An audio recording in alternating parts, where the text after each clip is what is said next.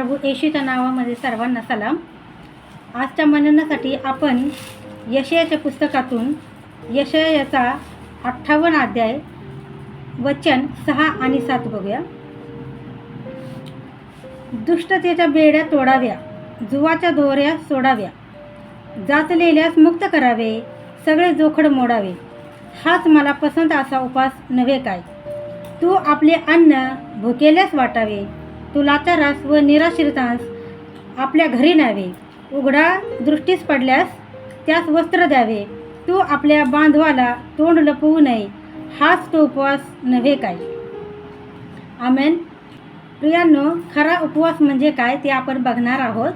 तर खरा उपवास म्हणजे अन्यायाची बंधने सोडणे, एखादा गरजू दिसल्यास त्याची मदत करणे, भुकेलेल्याला अन्न द्यावे, दुःखितांना आधार द्यावा आणि महत्त्वाचं म्हणजे स्वतःच्या स्वार्थाचा त्याग करावा आणि देवासमोर नम्र होणे. असं केल्याने प्रियांनो, तुमचा उपवास परमेश्वराला मान्य होणार आहे. उपवासाचा जो मुख्य उद्देश आहे तो स्वतःला धार्मिक दाखविणे नाही, तर उपवास केल्यानंतर जर आपल्या मनात असा विचार आला की लोकांनी माझ्या उपवासाचे कौतुक करावे, तर आपण उपवासाच्या मुख्य उद्देशापासून दूर गेलेलो आहोत. परंतु जर उपवासामध्ये आपले मन असे म्हणत असेल की प्रभू मला बदल, माझे हृदय शुद्ध कर, माझी इच्छा बाजूला ठेवून मला तुझी इच्छा पूर्ण करू दे, तर मग तो मात्र उपवास आपल्याला देवाच्या जवळ नेणारा असा ठरतो. प्रियांनो, येशू ख्रिस्त हा आपल्याला सर्वोत्तम आदर्श असा आहे. बायबलमध्ये आपण पाहतो की येशूने स्वतः 40 दिवस उपवास केलेला आहे. मत्ती 4 अध्याय आणि 2 वचनात 40 दिवस व 40 रात्री उपवास केल्यानंतर मग येशूला भूक लागली. येशूने उपवास केला तो स्वतःचे प्रदर्शन करण्यासाठी नव्हे, तर पित्याची इच्छा पूर्ण करण्यासाठी, स्वतःला तयार करण्यासाठी त्याने तो उपवास केला होता. आपल्यासाठीही उपवास म्हणजे प्रभू माझी इच्छा नव्हे तर तुझी इच्छा पूर्ण हो दे असा असावा. मी उपवास देवासाठी करतो की लोकांना दाखवण्यासाठी. प्रार्थना का करतो? कारण मला देवाची गरज आहे की लोकांनी मला आध्यात्मिक समजावे म्हणून मी प्रार्थना करत आहे काय. माझी भक्ती फक्त स्टेजवरची आहे की गुप्त खोलीतील सुद्धा आहे.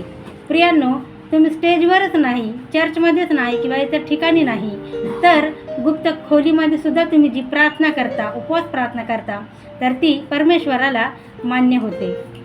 मत्ती 6 अध्याय आणि 16 वचन आपल्याला 3 गोष्टी शिकवते.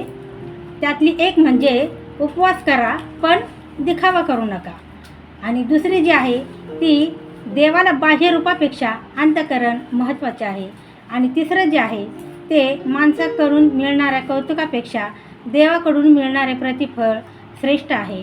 प्रियांनो, तुम्हाला जर तुमच्या उपास प्रार्थनेचं उत्तर पाहिजे असेल तर तुम्ही उपास प्रार्थना करा, गुडघ्यावर या. तुमची जी काही अडचण असेल किंवा समस्या असेल तर ती परमेश्वराला कळवा. उपास प्रार्थना केल्याने प्रियांनो त्याचं उत्तर लवकर मिळते. म्हणून आपलं अंतःकरण शुद्ध करा. त्यात जे काही असतील, इतरांविषयी द्वेष असतील किंवा मत्सर असेल किंवा राग असेल तर तो तुम्ही दूर करा. अंतःकरण शुद्ध करा, देवाला द्या, देवाजवळ या आणि तुमची प्रार्थना विनंती परमेश्वराला कळवा. उपास प्रार्थना करा म्हणजे त्याचं उत्तर तुम्हाला लवकर मिळेल. अति धार्मिकतेचा आव आणू नका, तर परमेश्वर लीन आणि नम्रपणाने जो त्याच्या चरणाजवळ येतो आणि आपली प्रार्थना विनंती परमेश्वराला सांगतो किंवा कळवतो, तर परमेश्वरा त्या प्रार्थनेचं उत्तर तुम्हाला लवकर देतो. म्हणून प्रियांनो, तुम्हाला विनंती करते की तुम्ही उपास प्रार्थना करा आणि गुडघ्यावर येऊन आपली प्रार्थना विनंती परमेश्वराला कळवा, म्हणजे त्याचं उत्तर तुम्हाला परमेश्वर देईल. असं केल्याने तुमची उपास प्रार्थना परमेश्वराला मान्य होते. परमेश्वर तुमच्यावर खूप खूप आशीर्वाद पाठवो. आमेन.